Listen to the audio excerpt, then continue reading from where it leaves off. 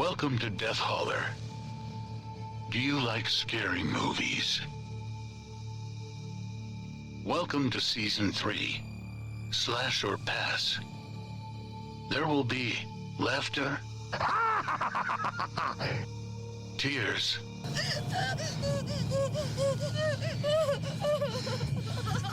tender moments. Jason, my special boy. But most of all, screams.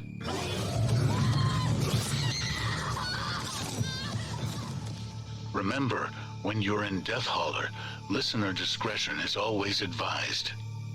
We hope you have a killer time.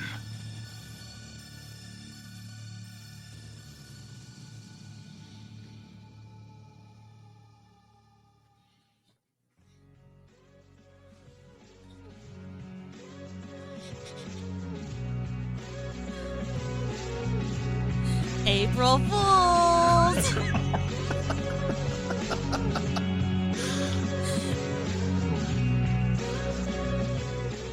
I had to get you some way.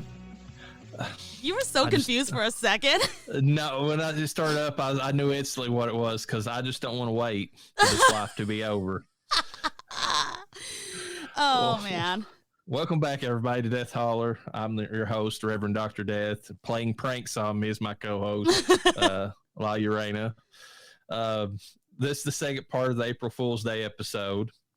This time we're going to discuss the funny parody, Scary Movie from 2000. Tagline for this one is a killer comedy. It is short, simple, but straight to the point. It works. Directed by Keenan Ivory Wayans, written by Sean Wayans, Marlon Wayans, Buddy Johnson, Phil Bowman, Jason Friedberg, and Aaron Seltzer. Normally, when you get that many people writing a movie, it stinks. But I think with this being a comedy, I think that is okay just because I feel like all those other writers were punching up each other's jokes, Yeah. And spoiler alert, folks, I'm already going to speak for the Reverend. This one's a winner. This movie stands the test of time. It's like one of the best. If you're easily offended and this movie triggers whatever, agenda, that you live your life by, then you can just go fuck off because everyone gets attacked in this film. Everyone. No one's safe. Everyone's attacked. It actually brings up significant cultural issues. I mean, even but it does it in a way, like we've talked about multiple times, you can have a message in a movie if you do it in a way that, doesn't treat the audience, like they're idiots, but also doesn't preach to them. And this movie does that. Because, I mean, there's so many times that the Wayans brothers, like in their brilliant comedies, have done addressed social issues in the Black community, especially, that they do it in a way that delivers the message perfectly, but also gives you enough comedy behind it to, kind of feel like you've not been preached at. So, when I was watching this, and actually I forced Kayla to watch this of Hot Mess Express. She never seen it before? She's never seen it before. And she was getting some good laughs. Now, Kayla's just horrible with watching movies. She wants to watch what she wants to watch. So she was kind of looking away, but I would draw her back in. There was some definite social issues in this film that I was like, oh my God, can you say that? And I was like, oh, wait a second, they're Black. The ones who wrote these jokes are Black. You forget that sometimes. It's done so well, though. Yeah, and I mean, it's not the only movie they did that was so good at that. I mean, Don't Be a Menace to South Central While Drinking Your Juice in the Hood is one of the best parody movies of all of those early to mid 90s Black films about living in some of the ghetto communities and stuff like that around the time. But I mean, it's both of them deliver the message perfectly that you're trying to get across. But like I said, they stand test time on the comedy. Oh yeah. Music in this movie is by David Catay, and here's the kicker, folks. Made on a budget of $19 million US, it made $278 million. That's insane. That's fucking wild. That is Scream numbers. This movie that was primarily a parody of Scream did as well at the box office as Scream. So it did as good. It didn't surpass or make just under. It might. I mean, I didn't compare them directly, but Yeah. I mean, because I think Scream might have been slightly lower on the budget side, but then like maybe made around the same number on the box office. But they're so comparable. Like, and I mean, there's a reason why both films got like movie franchises out of the concept, because the first movie right out the gate just did so friggin' well. Yes. Principal players in this movie: Anna Faris plays Cindy Campbell, which is funny. I mean, her name, it's not Sydney but Cindy, but also taking Nev Campbell's last name. She plays the clueless final girl. She is the dumbest final girl that we will ever have in a movie, I'm pretty sure. And Anna Faris, she knows how to do it, man. In movies, she consistently plays that character. She was in House Bunny. I love that movie. This one's not really in her main wheelhouse, but Brokeback Mountain. What? I've never heard of that. No, nobody's ever heard of that movie. Mom, she was in that TV show. Overboard, the remake, which sucks, and it was agenda driven. When it was in 2018, that's whenever movies started to get toward more of the message without the comedy to back it up. The Hot Chick, she was in that, and a movie called May, which I believe is, if the one I'm thinking of, and I think it is, it's the horror movie that came out in like the early 2000s. And then she was in 4 episodes of Friends. I bring that up because, the Jennifer Aniston, Courtney Cox connection. But she was also in another movie called Just Friends, which I believe is one of your favorite Christmas movies. Oh my God, it is one of them. And she plays like a Britney Spears, Christina Aguilera type in that. Oh my God, yes. Samantha James. Yeah. She, definitely Britney Spears. Anna Faris or Anna Faris, because I think she's pretentious with it. Anna. She likes Anna. She's weird. Like, she can like really dress up and look kind of cute and kind of hot, but at the same time, like she dresses down so much in like these scary movies that she looks gross.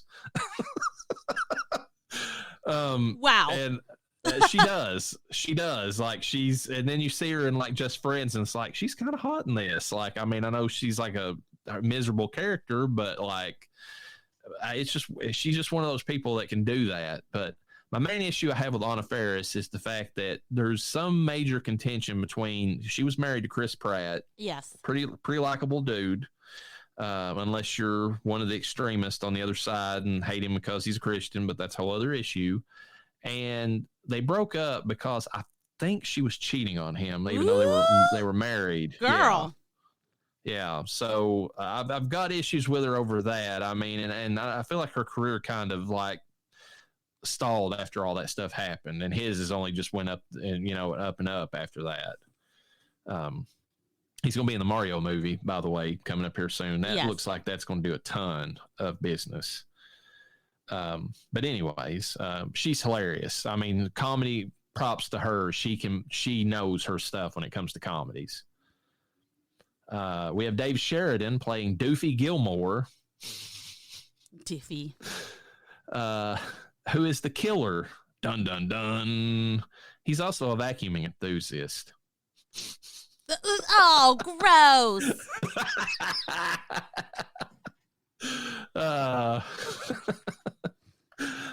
Dave Sheridan was in Ghost World, The Devil's Rejects, Victor Crowley, and actually tons of horror movies. Like he's a legit horror actor, which is hilarious given the fact that he plays such a funny character in this. Yeah. John Abrahams plays Bobby Prinz. You got to love that, Freddie Prinz. Freddie Prinze Jr. connection there. He's a slasher number 1. Cindy's. I'm going to constantly compare, mess those two up. Boyfriend, and he's. I mean, it's revealed later he's gay. Like he's decided which way, and good for him. Doesn't need to kill people because of it, but that's good on him. He was in a movie called Apparition, Come Back to Me, House of Wax, which we will be covering this season, a movie called They, and The Faculty, which is a great horror movie from the 90s. Okay, I probably recognize him from The Faculty because I recognize his face so much. And I'm like, and I know he had kind of the look of the, I don't know, early 2000s, I'm supposing. Late 90s, early 2000s. Yeah, maybe, I don't know, alternative rock look. I don't know, something. He looks like one of the lead singers, I think the lead singer of Lit. But I'm like, where do I remember this guy from? I couldn't think of it. I'm looking at the cast of The Faculty right now. He's not in the main cast. He's not in the main cast. I think he might have been like a side character, maybe one of the sports team members that like gets killed like early on or something, maybe. Or converted, whatever. So I don't know. I recognize him, and like I said, maybe it could just be that he looks like the lead singer of Lit from back in the day. But I don't know. I just find it funny because we talked about it when we were reviewing Scream. Skeet Ulrich played, like he had that look about him, kind of a white trash Johnny Depp like look to him. And Bobby. They play that. I mean, then they saw the same thing because they play Bobby Prinz as like total white trash. What's funny is I didn't think that Billy was white trash until you told me that he was white trash.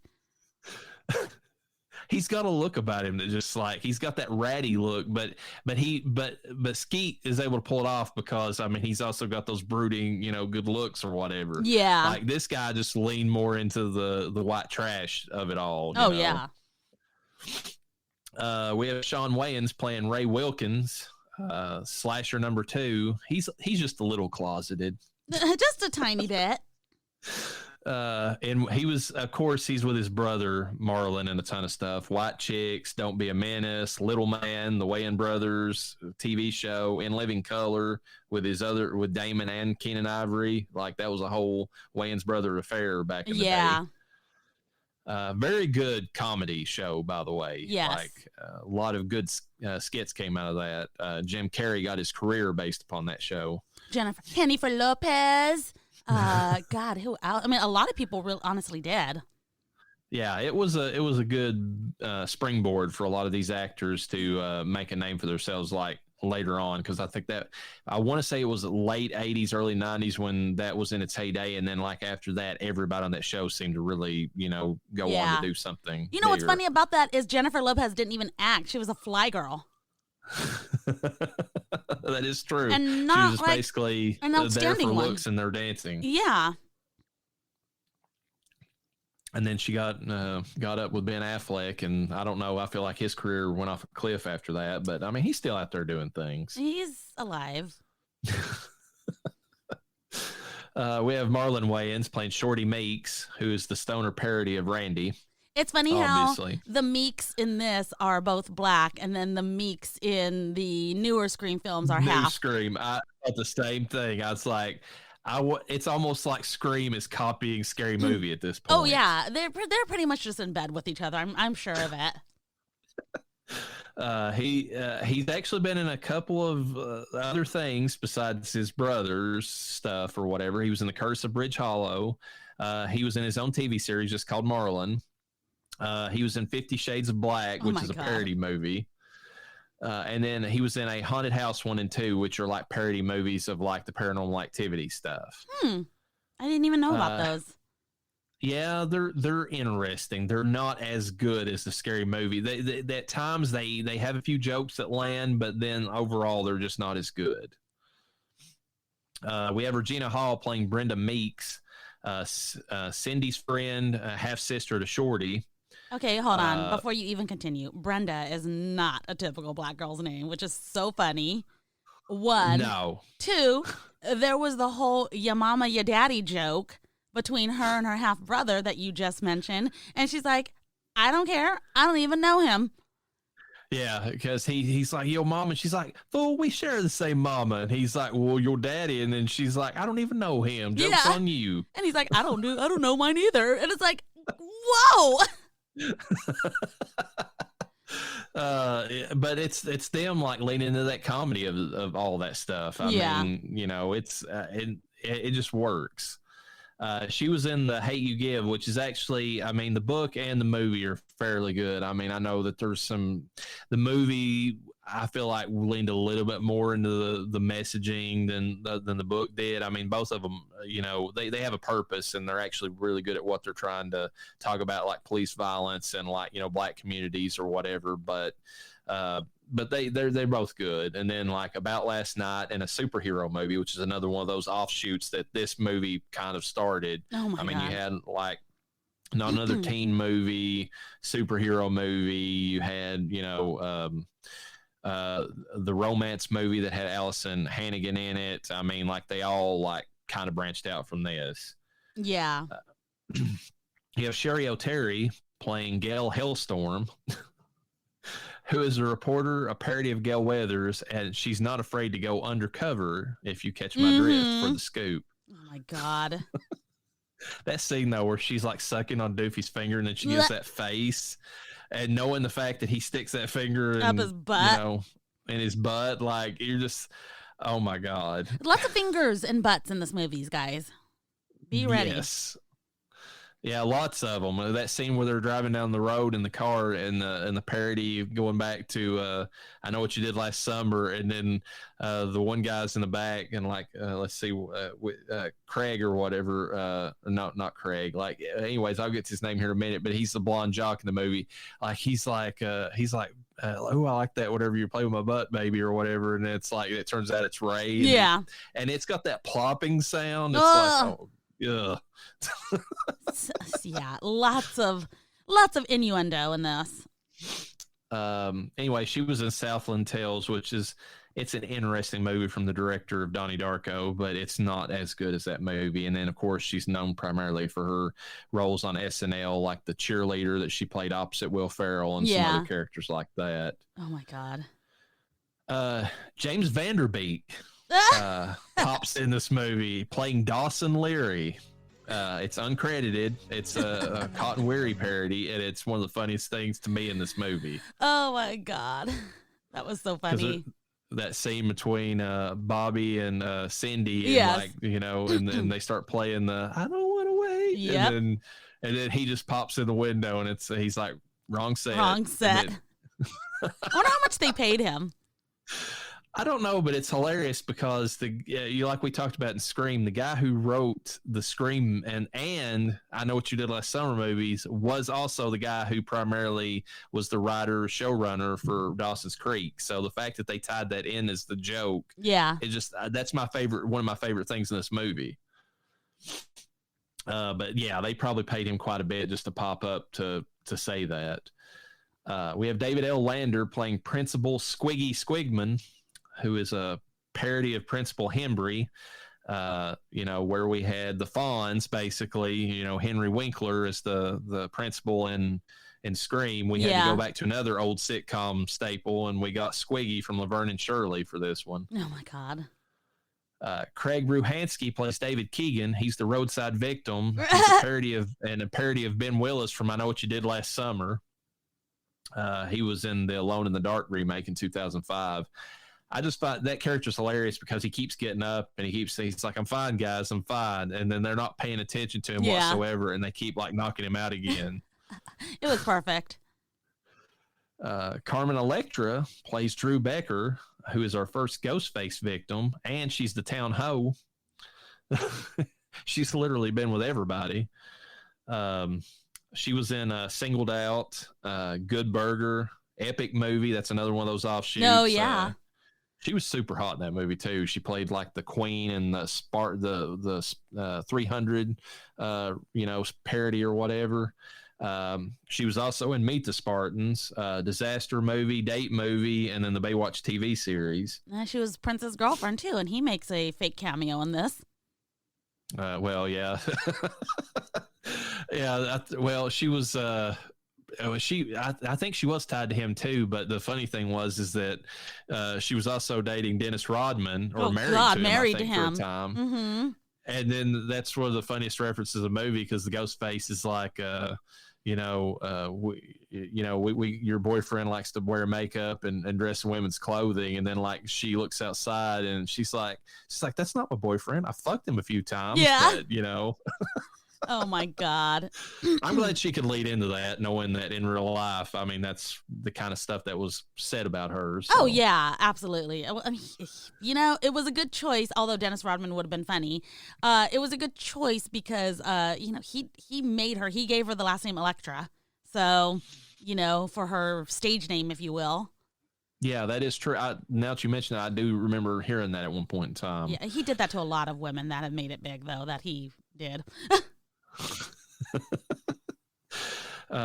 Also, it's funny because as we said during the trivia, during the Scream movies coverage, that Carmen Electra she just narrowly missed being in like 2 or 3 different Scream movies, like back to back. Yeah. Like, she was like supposed to be in the stab versions of the Scream movies like several times over. And it's just interesting to see her in this. Do you feel at this point we need a stab movie? I feel like we need an actual stab movie now. Kind of, but I kind of feel like Scary Movie fills that role well enough. I love it. And also, I appreciate the fact in this movie, like, we talk, even though we don't, I'll get to that in the Death Holler Awards. The boobs that we do get to see are not boobs that I would want to see. They're just not real. We get at least Carmen Electra's. I mean, there's that great joke where she gets stabbed in the boob, and it's the silicone. But like that whole scene that they really leaned into with her running through the sprinklers. That was and so good. That it's good stuff, guys. It's good stuff. It's good stuff, and she's wearing a thong, so you do get that. Yeah, and she's not the only like looker in this movie. We got Shannon Elizabeth coming up here in a second. I mean, for God's sake. Yeah. Lachlan Monroe plays the dumb jock with little problems. That's dirty. He was actually in Riverdale opposite Skeet Ulrich, which is hilarious. Later on. Yeah. It was in Unforgiven, and he was also in White Chicks with Sean and Marlon Wayans. We have Babe Dolan, who plays Cindy's grandma, who's in the wrong place at the wrong time. She is. Shannon Elizabeth plays Buffy Gilmore. Don't know why she would have had the name Buffy whenever she's just a narcissistic bitch, basically. I mean, that has nothing to do with maybe the fact that, Sarah Michelle Gellar was painted that way, wow. At least in the Scream movies. But she was obviously, was it Nadia? I believe, in American Pie. She was in Jay and Silent Bob Strikes Back, and oh my God, there's some good scenes of women in that movie. Leisure Suit Larry, Box Office Bust, which also had Carmen Electra in it. That's a video game. She was in Tomcats opposite. I can't even remember his name now. Jerry O'Connell, which is hilarious because he was also in Scream 2. And then she was in Cursed, which is actually a movie from Wes Craven. And then she was in the Night of the Demons remake in 2009, which isn't bad for a remake. And then, of course, we covered her in 13 Ghosts. And then she was also in I think one of her first appearances in a movie, period, was in that terrible, terrible Jack Frost movie. Not the one with Michael Keaton. That's bad in its own way. But the other one about the evil snowman that tries to kill you. But anyways, so it's nice having Shannon Elizabeth in this movie. I mean, because she's kind of, I mean, she was kind of the it girl at that time anyways, because for American Pie breakout success. But then like also, I mean, added to, they wanted attractive women in this movie, and that that's one that definitely of the time period, she was definitely a good hire for that. We have Peter Hanlon playing the suicidal teacher. He won't back down from a challenge. Jesus. What'd you think about that scene in the movie, by the way? When I first saw it years ago, I was like, what the fuck?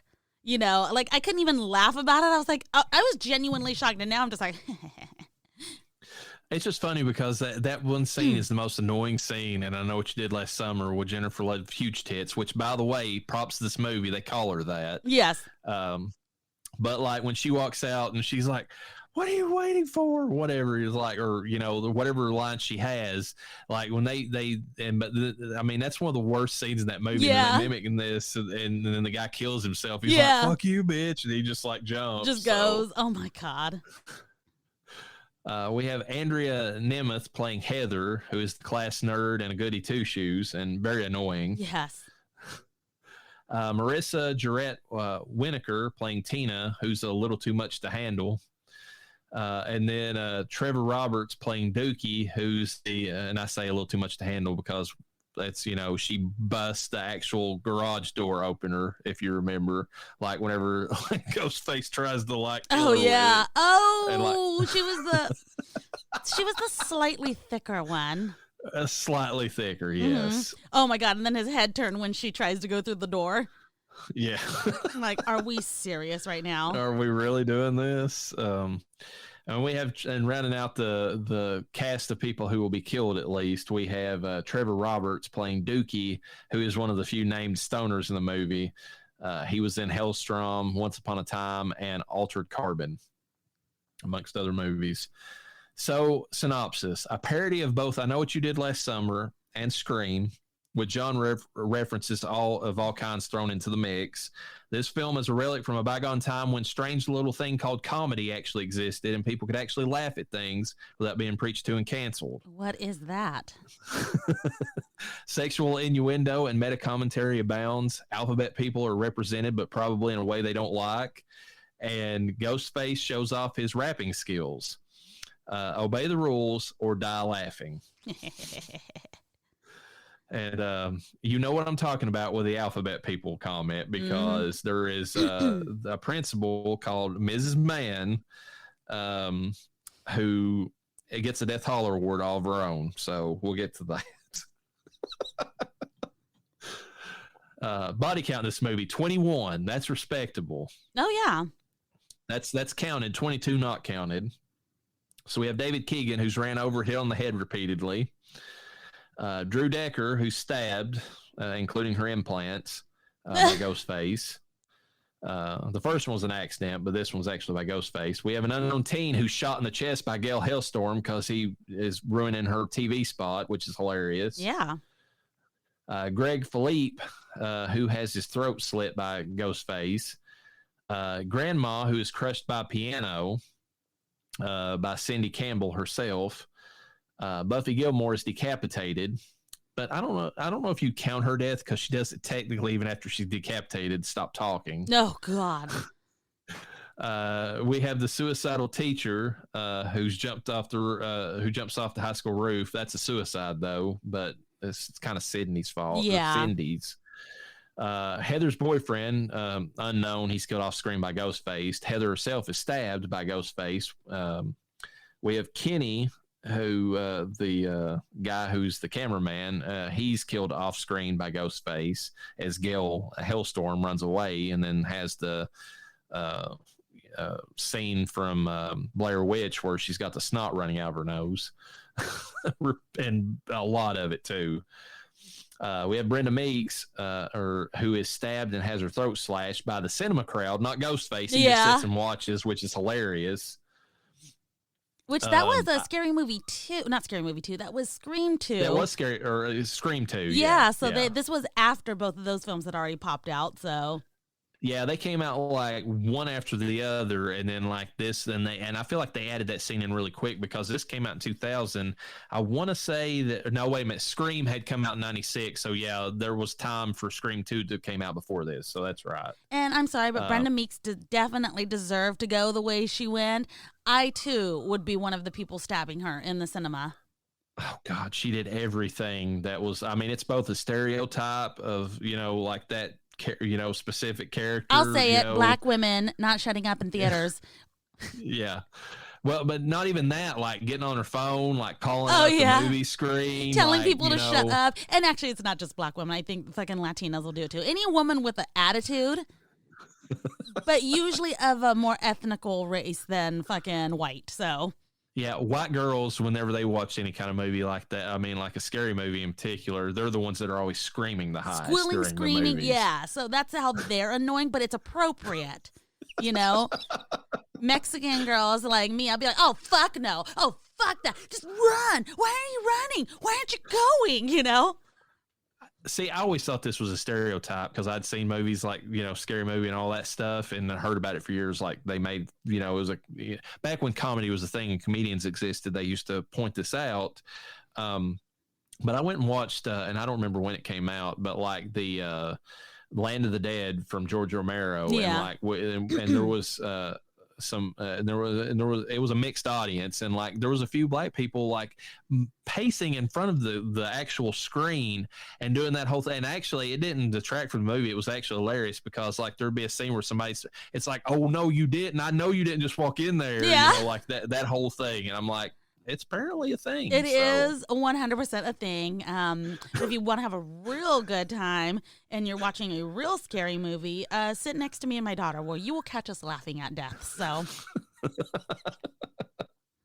but anyways, it is well deserved by the cinema crowd. And then Ghostface just sits and enjoys it while he's eating the popcorn that's left over. We have Tina, who's crushed by an automatic garage door, but she crushes it first. We have Dookie, who's slashed to death, a stoner who's slashed to death, another stoner, another stoner, another stoner, another stoner. They're all like, but it's in quick succession while Ghostface is rapping. So that. We have Shorty Meeks, who is shot by Bobby Prinz. And we have Bobby Prinz, who is stabbed by Ray. We have Ray, who is stabbed by another Ghostface, who turns out to be Doofy. And then we have Cindy Campbell, who's hit by a car at the end of the movie, which is just pure coincidence that she gets hit, but she's stupid and walks out in the middle of the street, so it's kind of her fault anyways. Quotes in this movie. Cindy, I thought you loved me. Bobby, oh, I did, baby, I did. But being in abstinence makes you wonder new things about yourself. That's right, Cindy, I'm gay. And in case you haven't noticed, so is gay. And Ray's like, what? I ain't gay. Bobby's like, what are you talking about? You took me to that club. Ray's like, so? They play good music. Bobby, what about our trip to San Francisco? Ray, I wanted to go shopping. Bobby, on the verge of tears, but you made love to me. Ray, first of all, you sucked my, and then cut off. Bobby, whatever. And Cindy's like, we have to call, and then that's the end of that scene. I just find that hilarious, that they're going back and forth amongst all that. Oh my God. So fucking gross. And Ray is, by the way, very gay. Yes, that whole scene where he's got Brenda there and he makes her dress up and and calls her Brandon, says, take it, Brandon, take it. And she's like, what the fuck? He's like, he's just going back and forth. He also carries it over the second movie, which I love. Like they don't leave that character arc behind for him. Because he shows up in the dress that looks just like Cindy's. Oh my God. He also makes Brenda dress up in the football gear too. Yeah. This interchange is another. This is proof that Ray is lying when he says he's not gay. Cindy, we have to call the police. Ray, no way, I ain't going to jail. And Greg's like, he's right, Cindy. Do you know what they do to young boys in prison? All those sex-starved convicts just waiting for a fresh piece of meat. And then Ray's like, hey, Cindy's right. Maybe we should call the police. That's a good joke, guys. Yeah. That there's a lot to that. The scene with Buffy, hey, do you think the press is going to want to talk to us? Brenda, oh, please. The press only want to interview the most ignorant person they find. And then it cuts to Shorty, who's talking to Gail about Drew Decker's death or whatever. Shorty, I'm on TV. Oh, shit. First cops, now this. I'm going to be a star, son. And then Gail's like, so how close were you to the victim? Shorty's like, oh, real close, right until the roofies wore off and she woke up. Then she was all talking about pressing charges, so I just pulled my tongue out her ass and left. And then, there you go, more butt stuff. And then Gail's like, if you could have spoken to her before she died, what would your last words to her be? And then Shorty, run, bitch, run. It's so true. That's what you see on the news. That is true. I wonder if this was before Hide Your Kids, Hide Your Wife. I think it was, because I don't feel like that became popular until after that. Yeah. Also, I mean, that right there shows, I mean, that it's got a lot of good cultural stuff built into it, because they're pointing out that only the most ignorant, and it goes across the board, because whenever there's any kind of like tornado that's ran through, let me tell you, they pick the most ignorant white trash hillbilly they can find that come out there. It's like, yeah, well, you just stand there, and I just reckon it just came, took the whole thing away. Like that never fails. They always pick the dumbest person for that sort of stuff. You would never expect it to happen in this here neighborhood. We just nothing like that ever happens around here. I swear to God, like I just don't understand it, Well, it was an act of God, so. But it's a good cultural, thing that they brought into that. I mean, saying in their own community, like they never get like the representation of the, the other side, part of their, of the black community. They only get like the most ignorant ones, on the media, which is a good point, This one I love because this ties back into that actor we talked about, the ferryman from April Fools. Homeless man, you got $1? Buffy Gilmore's like, get away from me, you bum. And then after she just got through saying that she was all about helping people. Oh, yeah. By the way. And then Cindy Campbell's like, Buffy, can't you see he's hungry? Here you go, sir, a nice sandwich. And the homeless man takes it and throws the sandwich back at her. He says, I said $1, bitch. I want to know, because that sandwich, it was a big sandwich. It had some heft to it. I wonder what that felt like hitting her back. It had to feel at least a little bit like a hand slap. It had to have. I mean, it was. He fucking chucked it at her too. Yeah, I mean, and she plays it so well. Like the look on her face, like she's so like taken back and just like surprised by the fact that he would do that. And then this scene to finish up some of that, because this whole movie's quotable, but I picked through some of the ones that I liked. So the killer, and this is him rapping, I'm going to slash and gash, cut another hole in your ass. I spill blood on the walls and play tennis with your balls. If the phone rings, don't answer the call. I'm going to slit your throat, fuck you like a goat, peel your foreskin off and make you a winter coat. Peace. Camera pulls away to reveal all the Shorty's friends are dead. And he looks around and he's like, yo, that was the illest rhyme I ever seen. Fucking Shorty. Marlon Wayans is a gift. Like he's hilarious. I mean, I know his brother Sean has to play more of the straight man. Yeah. But even though he's, but anyways, like Marlon always gets the best jokes in these movies just because of it.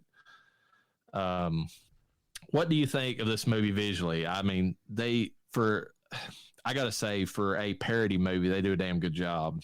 Yeah, okay, well, here's what it comes down to.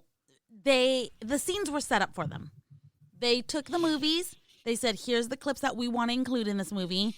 Someone wrote a script, paired them together. So all they had to do was shoot it, film it, and make it look good. And so they had that going for them. I'm just saying, I think that probably contributed to this looking as amazing as it did.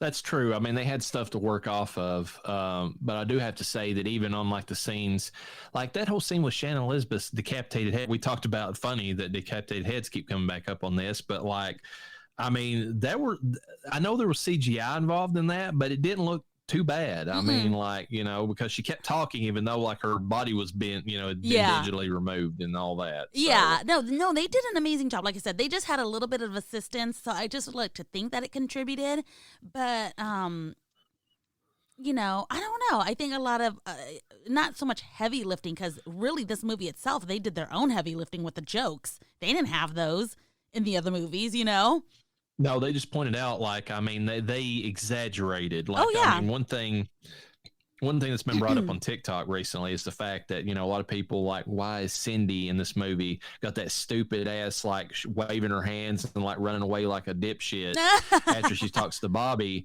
But you go back and watch, and they've compared it. And I mean, it's there. You watch the original Screams, Neve Campbell did something not as pronounced, obviously, but very similar when she runs away from Skeet Ulrich's, character in that movie. Didn't you send me a TikTok of that? What's that? Didn't you send me a TikTok of that? I did. Yeah. It's comparing the two of them. It's pretty close. They do that. They take fun of the, Tate or whatever, like Rose McGowan's character in the movie. She's like, "Oh no, Mr. Ghostface, don't kill me. I want to be in the sequel." They take that and like put it on the Buffy Gilmore's character, and she's like, "Oh, what are you gonna do now? Are you gonna cut me?" And like, and then they just exaggerate like everything that was in that previous movie to like the nth degree, basically. Yeah. But it works. I mean, it's it goes along with it. But I gotta say, as far as the visuals, it's got a very, this doesn't look cheap. I mean, even for 19 million, it's got that theatrical look to it. The lighting is great. Oh, yeah. I mean, the colors are great in the movie. They're vibrant. Yeah, very vibrant. I mean, the only thing that looks janky, but it works because it's, given the time period and because it's supposed to, is all that Matrix shit toward the end of the movie. Where Cindy is like doing like the Irish jig or whatever in midair, basically, Oh, God. But it's meant to be somewhat janky. Everything else looked so good, They had to definitely throw some cheese into it. What else was I going to say? I kind of lost. Oh, well. Anyways, I'll move on. I lost my thought. Yeah, you'll probably think about it. What about the Ghostface mask? Oh, my God. The best thing about this Ghostface mask is it wasn't just one look the whole movie. It had character. It actually had emotion. Yeah, it changes in the one scene where it's stoned and it's got like the tongue sticking out in one scene. Like, I love that. So I did remember what I wanted to say visually. There wasn't a lot of blood in the film. And you could tell that like the stabs were fake and things like that, but like it still was good, like, because it gets the point across, Yeah, the unlike Scream 6, which this is a spoiler. I mean, that's not what this. I'm mentioning. I'm just saying that the stabs in that are brutal. Yes, like that's the best thing about that movie. This movie did the opposite way, and I guess they went that way for comedy effects. Mm-hmm. It's like they, I mean, there's times when Ghostface will like kill somebody, especially that scene with Buffy's character when he's killing her, and he's just kind of like looking at her like, "What the fuck's wrong with you?" It goes the opposite route with Ghostface. It plays up how clumsy he is, but also in the kills, like it's like he's pulling punches just for the comedy of it. Oh yeah, especially when he's like when he's hiding behind the couch from Cindy. "You can't find me," and his little feet are like. She's like, "You're behind the couch," and he's like, "What?" And he looks, and he's like, "Oh fuck!" And it's so funny because it's like he looks at the phone like, "How did you know?" Like the guy who's playing the character is doing an amazing job of emoting, even when the mask isn't emoting. Yeah, let's just skip ahead to the acting portion of it. That the guy who's playing Ghostface in this, and I didn't look to see if it was multiple people, but that guy has got he is a great comedic physical actor, because you can't really see anything with his face, obviously, but just every other thing that he does as Ghostface is hilarious. Yeah. I would say my favorite part, we almost, we reviewed so many ghost films. What we didn't do, and I'm so sad now, I literally just thought about this a second. We didn't have a special award for the best Ghostface fall. We didn't. I didn't even think about that. There's so many of them. Of course, it gets kind of old. I'm sure we could go look up a YouTube video. But the one where he's hiding from, quotation mark, hiding from Cindy, and he gets behind the curtain, and then he's like, then he starts chasing her, and he fucking just falls. And I'm like, was that natural? Because it looked so good. This is when he had the hook in his hand. Yeah. What I was going to say about that is that Cody made the suggestion. I've not brought it up to you, but it's actually not a bad one. We could do like a overall, like a, Death Holler Academy Awards for like the slasher season, like where we bring up little things like that. And that could be one of them. Like, go back and revisit for Ghostface, which one had the best fall, because they all fall at some point. Yeah. Dramatically fall. I think we need to do that. I mean, that could be definitely for that, movie, that could be the best thing for that one. But yeah, he definitely had the dramatic falls. It's just this one was so noticeable to me that I was like, did he, like, because he was coming out of the curtain and he tripped over the curtain, so I'm like, was that real? Yeah, that was very well acted, because you don't really get the hint that it was like just a part of the movie. From that scene. Yeah, so he was amazing, that actor. The story, can't really say much about it because they literally throw everything in the kitchen sink into this movie, which makes it hilarious. Yeah. But at the same time, it's scattershot. I think I'll say this. I think they stitched them together pretty good with comedic storylines. They did, and it's funny. They did I will give them this. They taking the basic plot of, and I Know What You Did Last Summer and Scream and putting them all together in one movie. It actually kind of makes you question how you're feeling. I mean, I still think he's a good writer, a good horror writer, but like Williamson that wrote both of those, it's like for these to be so easily stitched together, it's like almost like, okay, when you came out with I Know What You Did Last Summer, that was, I mean, it's kind of, it almost cheapens the plot of that movie a little bit just because it was so easily tied into Scream. I just thought of something.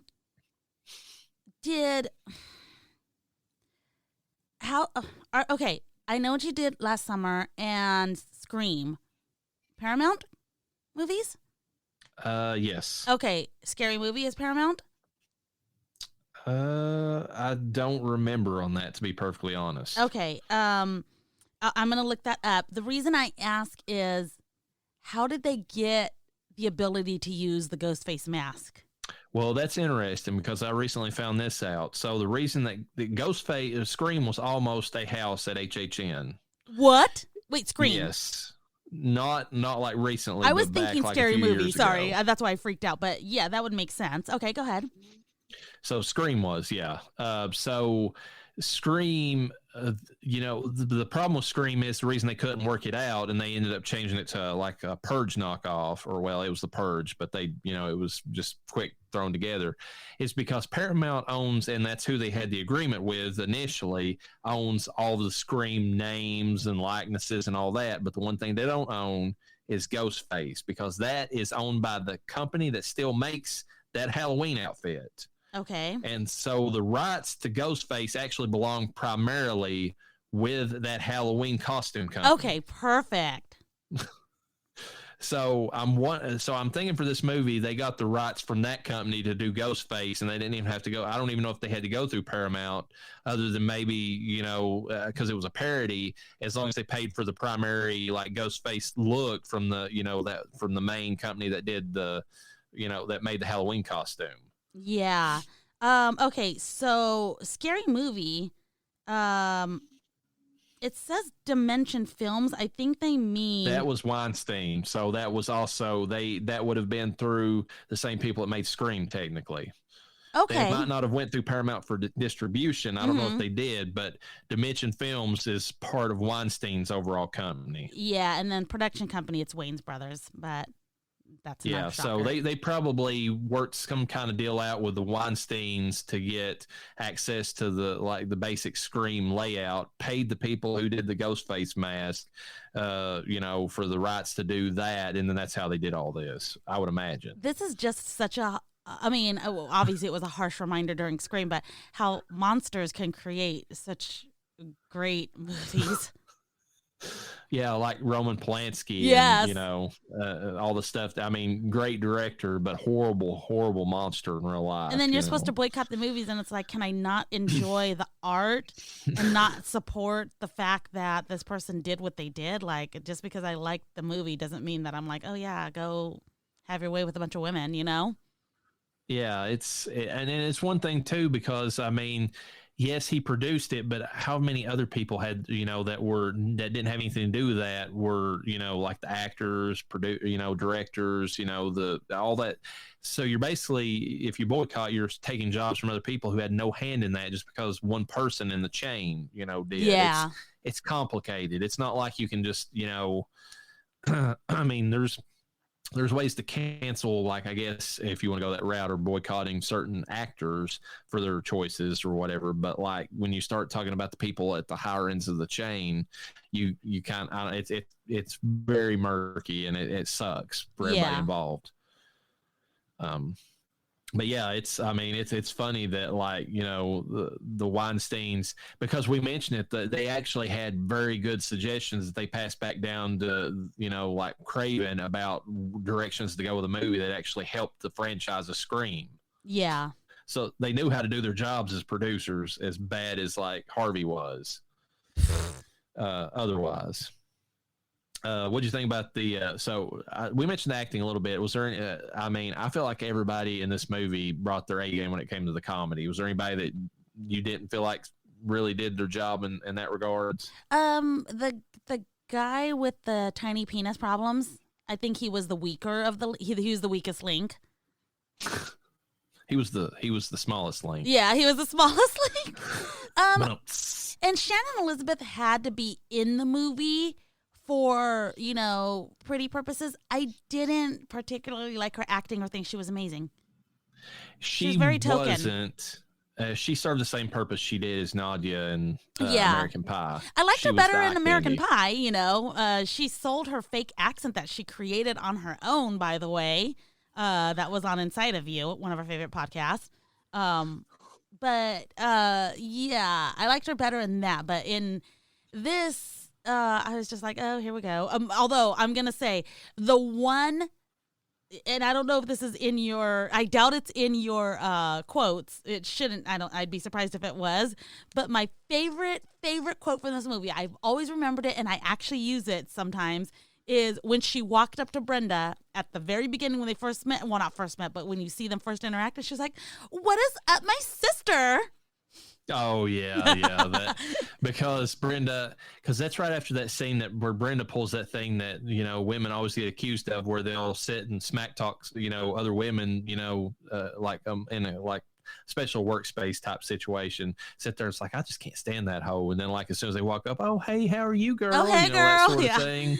Oh my God, it's so true too. Real quick though, because this is jumping ahead, but that was supposed to be her dad handing her money. I thought it was a sugar daddy. Yes, that was supposed to be her father handing her money, but the way it plays out in the movie, it looks like a sugar daddy. Like a sugar daddy, yeah. But then she goes from sort of respectable, looking, the sweater cardigan type look, to full on homo, as soon as he pulls away. So, there's that whole thing. Oh my God. Because that was one of the things that Cindy is she's very naive. She's like, oh no, Brenda, she's not like that. And then instantly she's like, give me that lipstick, hoe. And then and she's got her, two very promising, assets. Oh my God. Right there for everybody to see. Right there, front and center. But I agree with you. Although she was better in this than 13 Ghosts, I'll tell you that much right now, because nothing in that. Matthew Lillard saved that movie for me. Well, this movie's supposed to be stupid, so there's that. Yeah, and the guy who plays the jock or whatever, he does his part well enough, because he's just supposed to be the hothead. Yeah. He's playing the Freddie Prinze Jr. type role from I Know What You Did Last Summer. So I mean that, because he's just a hothead, kind of misogynistic guy in that movie, and that's what this character's supposed to be. So yeah, well, like I said, it wasn't that it was the worst, but he was the weakest link for sure. And Shannon Elizabeth was a close second for me. Yeah, the guy who plays Doofy though is hilarious. Oh my God, he's amazing. Music in this movie, nothing really super stood out, but it's the poppy beats and the way that they weave them in there, they work. They're consistently doing a good job throughout the movie. It just nothing really blew me away during. Yeah, well, it definitely keeps the energy of the film going, and then it's appropriately scary when it needs to be, to get because you're laughing, but then you scream. You get a couple of jump scares in this. It's really good. I like a movie that can pull all those emotions out of you at the same time, I think scary movies realize that comedy is the opposite of horror, and to relieve tension, a lot of times that's why you get the kind of goofy side character who's the comic relief in a lot of horror movies, because they relieve the tension just long enough for the horror to come back in and be that much more effective. You're not numb to it that way. And that's what works for this movie, is because it works as a comedy because you got the horror elements to kind of offset the comedy. And it's kind of the reverse scenario in this movie. Are you having your Monsters Inc. moment of we scare because we care, and it keeps the town energy going, but then they found out that laughter actually provides better and longer lasting energy? Yeah, that sort of thing. Oh my God. I know it's not I know some people have major issues with them, and there's a balance that, you know, risk there. But I absolutely love horror comedies. Like, to me, they're the ones that I go back to as comfort, you know, watches more so than just straight up horror films. Yeah. In a lot of cases. But I will say this about the music: that choice of having I don't want to wait, you know, from Dawson's Creek was inspired. Chef's kiss to that scene, because when that started playing, I just had a smile from ear to ear. I'm like, I love this. Oh man. Anything else you want to say about? I mean, we could talk about this movie all day. Oh but yeah, it's just great. Like, you go back and rewatch it, and it stands the test of time. I mean, yes, some of the jokes are maybe dated now. But at the same time, I mean, you can still get the slapstick humor regardless of what your cultural connections are. You can still get a lot of and if you're a horror movie fan, especially, you can get the references to the movies they're making fun of in those ways. The thing about horror comedies is they get the funny pass, where, you know, you might not be the hottest guy, but if you can make a girl laugh, you're probably going to get in the pants, you know? Pete Davidson, yes. Oh, come on. You didn't have to ruin it for me. Terrible. Anyways, but, you know, that I think that this movie, and the reason I say that is because this movie just has its stupid moments, but, like, it's not like anything where you're like, that was a little too dumb. It's fucking hilarious. And they knew what they could get away with, and they fucking went with it. Oh, and one scene that we didn't bring up because it's not a death scene, but that scene where it actually, Omar Epps, every time in Scream 2 that I see that scene where he gets stabbed in, you know, through the bathroom stall, I think of the scene with Ray, because that scene with the glory hole, and like he gets the dick through the ear, that is totally supplanted that scene in Scream 2 for me, that to the point where I see Scream 2, I'm just waiting for Omar Epps to have, you know, a dick slide out the other side of his ear. Oh my God, that was fucking hilarious. That just goes to show how brilliant they were, because they took like little scenes like those and like did like a unique spin on them to where like they just stand out so much. Yeah. But anyways, are you ready for trivia? Let's do it. Yeah.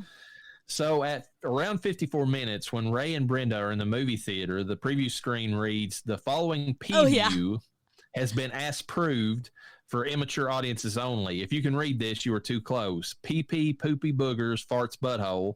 Rated I for immature. We thought it would be funny to put this in here. Kiss our asses and take it off pause." That is a good meta comedy right there. Yeah. The original script featured a cameo role for Jamie Lee Curtis, as Cindy would discover her hiding in a closet in her house while the killer was chasing her up the stairs. I think that would have been hilarious. That would have been cool. Everyone would have loved that. At around 42 minutes, the lunchroom menu at the high school reads, "Same old shit." Ain't that the goddamn truth? At around 6 minutes in, one of the first scenes in Cindy's bedroom, she says, "Would you like to have a little bump?" This line was originally written for Scream, but it was later changed, "Would you like to have a little raw footage?" Oh my God. So they took a literal line from the script from the original Scream and then just put it in this one because it was a stupid, line to begin with. Yeah. When Anna Faris landed a part in the film, she was working in an ad agency and was only a week away from moving to her company's London office. Oh, shit. So this movie pretty much gave her her career. It gave her her career, and she was taking a huge risk because, I mean, I guess if you're in a Marlon Wayans, a Wayans Brothers film, I think you're going to be okay. Yeah, most of their movies had done well up to this point. I mean, Low Down Dirty Shame, like a few, others. I'm Gonna Get You, Sucker. Like they had proven themselves enough to where it wasn't that much of a gamble, really, if you could land the role in one of their movies. Yeah, and so she applied for. Yeah, she got. You can't say no to the Wayans Brothers. You can't. It just makes no sense whatsoever. I think that's the reason they've got so many people, even James Vanderbeek, to appear in this, because they knew, it was talent that they were working with. At around 46 minutes, when Cindy is in Miss Mann's office, there is a Nazi SS uniform hanging to the right of Miss Mann. I did not notice. I didn't notice either, but it's hard to notice anything in that scene other than what's presented. And we'll get to that in Death Hall Awards. In the theatrical trailer, One scene shows a close-up of a character holding up a chip and saying this stuff is good. In the R-rated version, it's revealed the character is actually holding up a joint. Oh, my God. Released by the same studio as the Scream films, which we kind of covered earlier, Dimension Films. The script for this movie is actually a combination of two scripts Dimension Films bought in 1988. Last summer, I screamed because Halloween fell on Friday the 13th. What a title. Written by the Wayans brothers and Phil Bowman, and Scream If You Know What I Did Last Summer by Jason Friedberg and Aaron Seltzer. So that's the reason you get all those writers listed as credit, because they took two films and just smashed them together. The later two are the two of the six writers of Scary Movie who went on to make Date Movie, Epic Movie, etc. So that's kind of interesting. Were those names? Oh yeah, the script for this movie is actually a combination. Wait, were those going to be titles of the film? Yes, and that's what I'm saying. They are awful titles. Yeah, I'm so glad they went with Scary Movie. Last summer, I screamed because Halloween fell on Friday the 13th. Oh my God. No, thank you. And I love the fact that they named this what originally Scream was going to be called. Oh yeah, because we covered that in the trivia on those movies. Despite the screenplay credits for Aaron Seltzer and Jason Friedberg, little, if anything, from their screenplay was used. Marlon Wayans, in particular, has said that he and most of the other writers responsible for the final script never even read Seltzer and Friedberg's draft after Keenan Ivory Wayans checked it over and assured them that it contained nothing worth retaining in their vision. God damn. that's some cold shade right there. At around 2 minutes in the opening scene, a movie poster for Scream can be seen on the wall near the front door of Drew's house. Son of a bitch. At around 47 minutes, the name of the high school is B.A. Corpse High School.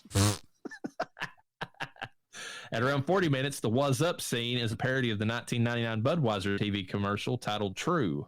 The commercial became an inspiration for other Budweiser commercials using the Was Up catchphrase until the year 2002. Back when commercials were good. Yeah, they had that, and then they had the Budweiser frogs and all that stuff. Yeah. Alicia Silverstone was offered the role of Cindy Campbell, but turned it down. I mean, I think that's a shame, but I really think that Anna Faris brought it to the table. I think so too, and I'm wondering if Alicia Silverstone would have made it as funny, because, like I said, Anna Faris does a pretty good job of like playing that dumb. I mean, not to say that Alicia didn't in Clueless, but I mean, at the same time, like she went a different way with the character than what I feel like Alicia Silverstone would have done. Because Alicia Silverstone, even in her like Clueless type role, had a seriousness about her that I never felt with Anna Faris in this entire movie. I think that Alicia Silverstone possibly could have played Drew's character, another version of that, but it would almost been a little too much like Drew. And in the case, we wouldn't have gotten the sexiness of Carmen Electra running through the sprinklers, the fucking implant coming out. Like, that was awesome. She really went with a lot of it. All that, the jokes about Prince and, and Dennis Rodman, it just worked so much better to have Carmen Electra in that scene. Yeah. Jared Leto was offered to play Bobby during the early stages of casting. He eventually declined in favor of doing Requiem for a Dream in 2000, which also starred Scary Movie writer-director Marlon Wayans. I can't see Jared Leto doing the comedy of this film that well. I can't. Jared Leto is so weird about method acting anyways that he would have leaned into the redneck, closeted. He would have leaned in all the serious parts of Bobby Prince instead of actually playing the humor of it like the actor in the movie actually did.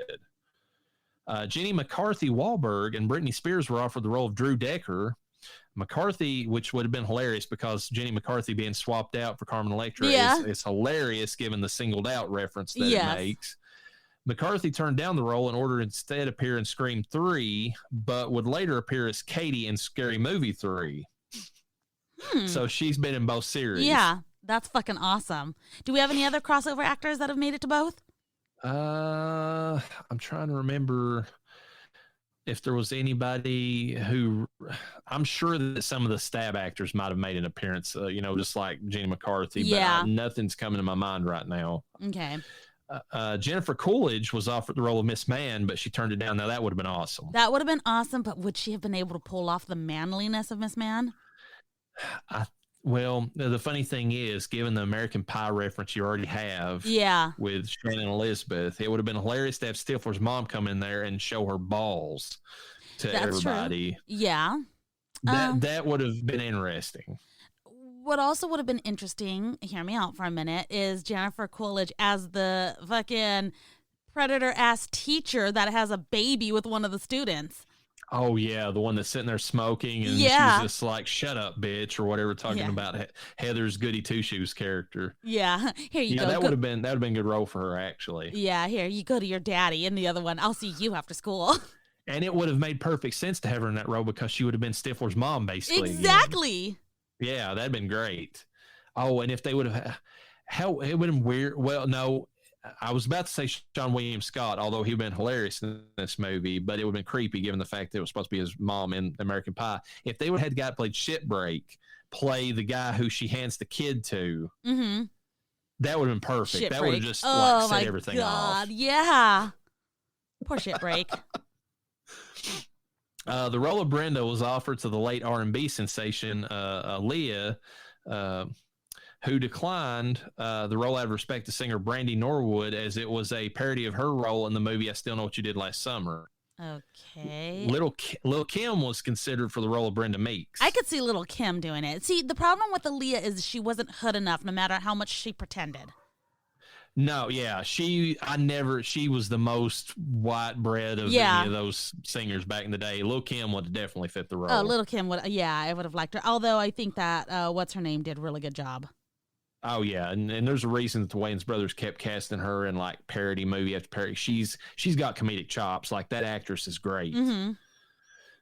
The cameraman, played by Dan Joffrey, is called Kenny. Not only is this reference to Scream, where the cameraman W. Earl Brown is in the movie, had the same name, but also the last name of Francis Kenny, Scary Movie cinematographer.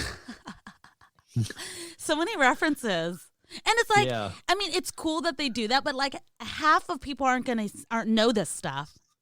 But I think it is whenever you start writing movies like this that you start adding in comedy for your own sake, you know? Oh, yeah. And that's probably what that was. Like they were just, little references that only the cast and crew would get.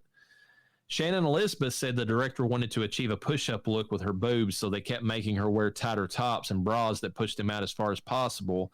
But when the director wanted to add padding, she just turned around and said, "Hey, do I look like the kind of girl who needs extra padding?" Everybody on set just burst out laughing. So finally, it's just her own healthy breast that you see in the movie. I mean, yeah, because I thought that it was padding. They're not ginormously big. I think they're pretty appropriate for her size.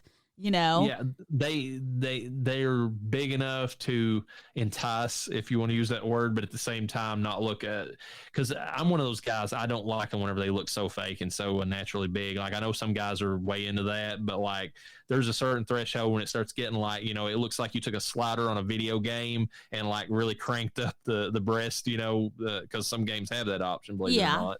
Like it just gets cartoony at some point to me, and it just, it doesn't. It goes the opposite way. It's like a turn off more than it is a turn on. Yeah, she's skinny enough with enough boob that she didn't have to do the push-up route. But sometimes when you're a little bigger, like for instance me, I'm thicker. I'm not real skinny. And I have pretty decent sized boobles, but sometimes you need it's not so much padding. They do it better nowadays. Back then it was a massive padding that they had to use to get those knockers up. But they also have lined bras now that give you that push-up look without padding your tits. So it's your natural boobs, but I don't know. Look at engineering went into it, okay? German engineering. No, I'm just kidding. So that's why I was confused, because I was like, wait a second. She definitely has a push-up effect. I'm thinking, well, okay, yeah, tighter would make sense for her because she can afford it. But someone who's got skin on them, tighter is going to make them look like a stuffed sausage. Yeah. But she's super thin around this time. So that's why they were able to get by with that. Yeah. So I was like, how in the hell would you do that? Okay, never mind. Casting directors Mary Vernon and Anne McCarthy left the film after both a lengthy casting period and over differences with the director. A third casting director, Christine Sheeks, was brought aboard. Sheeks had little to do since most of the film was cast by Vernon and McCarthy. So why'd they bring her on? I guess they filled out like a few of the minor roles here and there afterward, but like that's I guess she had the cushiest job ever, being brought on like at the very end and had like, you know, I was like, okay, you know, I guess I'll fill out like, you know, random person in crowd number 2, you know, or whatever it is. Yeah. At around 24 minutes, the killer makes a brief appearance wearing the actual Ghostface costume from Scream 1996. However, the weapon he's holding is not a knife, but rather a large fish hook, aka the same weapon used in I Know What You Did Last Summer. Both movies are parodied in this film. Is that the only time he was in it? I mean, like, no, I know he was in it more, like we see his face. It's the only time they used a straight up Ghostface mask. Like Okay. they use variations of it. Okay, I see what you're saying. Okay. Yeah, so I mean, it's they're just saying that they actually did use it at least once, though. When the killer calls Cindy at Buffy's house and says she got the wrong guy, Mrs. Gilmore runs out of the room and calls out for Doofy. If you listen close enough, after Mrs. Gilmore says Doofy's name, the killer is heard saying, "No, it isn't me," before hanging up, and Doofy quickly comes out of the room, a subtle hint that Doofy really is the killer. I didn't fucking catch that. I didn't either, but it's too, there's so much going on in that scene because Anna Faris is going ape shit in that scene. You've got Shannon Elizabeth, who's, you know, if you're distracted otherwise, like, I mean, she's lounging around basically in, you know, lingerie. And then you got Doofy running out shortly after that with the vacuum cleaner attachment. So, I mean, you're going to miss that if you're not like paying super close attention to it. That's so funny. In the principal's office, there is a sign that says Shots Beer. That was the beer company in Laverne and Shirley in which Squiggy came from. Yeah, that makes sense. And it's also a throwback to the fact in Scream, remember they had the Fonz's jacket, you know, for Henry Winkler and that. So. Yeah. Christopher Masterson, who played Buddy in Scary Movie 2, makes a cameo in Scary Movie. He can be seen in the scene where Cindy receives the anonymous note in class. So that blonde-haired guy that like keeps hitting on her and says that they're friends or whatever throughout Scary Movie 2 is actually in Scary Movie 1. What? Oh, yeah. Okay. The guy that like, and I forgot about this. It's hilarious. In both movies, Cindy gets like super sprayed by guys who have been like pin up, if you remember right. Yes. Because that's how she gets out of the room in the one in Scary Movie 2. Like they're trapped in there in the freezer. And then this one, like she gets like blasted to the ceiling and like gets pasted there basically, which Christopher Masterson, is he related to Danny Masterson? They must be because they've got similar appearances when you look at them in the face. Yeah, like, hold on. I'm looking right now. Oh, man. Stupid. Yeah. Oh, wait. They come up, but I don't know. Let's see if it'll say family life. Anyways, you can move on and then I'll jump in. 3 of the Brady Bunch kids from 1969's first names appear in this movie. Greg, who's Buffy's boyfriend, and the 2 youngest children, Bobby and Cindy. I didn't even catch that. Hold on 1 second. I got it. James Van Der Beek got around 7 minutes. No, that's not it. There it is. Oh my God. I didn't even think about that. Greg, Bobby, and Cindy. Yes. And by the way, Chris Masterson and Danny Masterson, no surprise, brothers. Okay. Yeah, like I said, they've got similar appearances, so that would make sense to me. James Van Der Beek at around 7 minutes appears at the window when Cindy and Bobby are about to make love, and I Don't Want to Wait by Paula Cole plays in the background, which is obviously reference to Dawson's Creek. Let's be honest. They were not about to make love. She had an electric fence around her pussy. Yeah, and didn't she have something going on in the second movie too? Like I feel like she had some kind of thing going on. The reason that she wasn't like getting with anybody in that movie too, but like I thought it was a chastity belt, but I can't. I don't know. Yeah, it is funny later on though. Whenever Bobby has to like use the hedge clippers to trim down that 70s bush she's got going on. Oh yeah, and then he chokes on the hairs whenever he goes downtown. You know. Yeah. In an early script, it was going to reveal that the killer was Damon Wayans for his brothers holding out on this movie, but due to scheduling conflicts, it was rewritten. I would have loved that because he's the only Wayans brother that's not in this movie. And if he would have been the killer and said, "Why you bitches not bring me into this?" then that would have just set this movie off. Yeah. At around 1 hour and 18 minutes, the last scene where Doofy starts walking properly and his crippling was just his acting is taken from The Usual Suspects from 1995. I vaguely remember that, and I haven't, as far as I know, I don't think I've seen The Usual Suspects, but I remember that scene for some reason. At around 39 minutes, when Gail is hurrying past the police building to get an interview with Cindy, if you look at the brick wall in the background in white spray paint and is the name Doofy, a foreshadow that Doofy is the serial killer. I did see that, but I didn't think that he was the killer. Yeah, the way they paint him in the movie, you just assume that he's like, that's just him being, Doofy. Yeah, Doofy. That's just our Doofy. I love that scene too, where Shannon Elizabeth is emasculating him like Rose McGowan did, David Arquette in the original Scream, and she brings up the fact, the vacuum cleaner and all that in the police station, because it's like perfect mirroring that scene where it's like he's like, Mom told you not to do that around all my everybody at work, and she's like just basically tells him to shut up in the original movie. At around 58 minutes, the scene in the movie theater where Brenda is stabbed by everyone is a parody, obviously, of the opening of Scream 2 from 97. At around 1 hour and 6 minutes, during the killer's stint getting high and making prank calls, he says, "Key, key, key, ma, ma, ma," which is a reference to the trademark sound in Friday the 13th films. Aww. At around 1 hour and 13 minutes, as Ray is stabbing Bobby, he says, "The Wayans brothers was a good show." Oh, yes, I remember that. Ray is played by Sean Wayans and Shorty is played by Marlon Wayans, who both starred in the show. And I love that as his reasoning why, he's like, he's the killers because they just didn't give the Wayans brothers, good enough ratings, and he's still pissed off about it. Did you ever watch that show? I did, because some of it was hilarious. Yeah. Their theme song, "We're brothers, we're happy and we're singing and we're colored." And we're colored. Give me a high five. Yes. I love that. I loved it. Oh, man.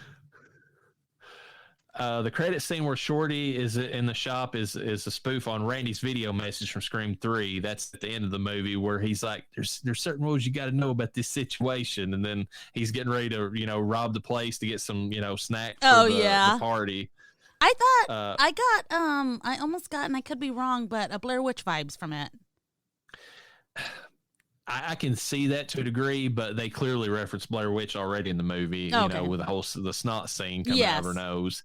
But also the fact that, like it really was like the scene where Randy's like explaining to him like the, post-death, like, how the rules for a trilogy are. And then finally, the scene where Cindy gets hit by a car is a spoof on Final Destination. Is it? I thought it was. I Know What You Did Last Summer when Jennifer Love Huge Tits was out in the street. I guess the actual getting hit part. It's spoofing both of them brilliantly, but the fact that she gets hit is actually from Final Destination. I don't care what they were spoofing. I am here for it. Death Holler Awards. What do we feel about our final girl, Cindy Campbell? She is the ultimate final girl because she gets killed and comes back to life. In fact, multiple characters do, but I mean, she gets killed, comes back to life, gets haunted, and then is possessed. Her pussy is crazy. We've already established this. Oh my God, though, she is the. I mean, I don't have this on as award, but she is the dumbest final girl. Oh yes, she's got dumb luck too. Lots of dumb luck. What about our slasher Doofy? Okay. So about this, I just remember the very end of the movie where his limp goes away and he starts walking and he's normal and everyone in the theater fucking losing their shit, okay? And his hair is slicked back and he looks so good. But in reality, this actor is not a very good looking dude. It's funny you say that because I can't remember the name of the podcast now, and I wished I could, but it's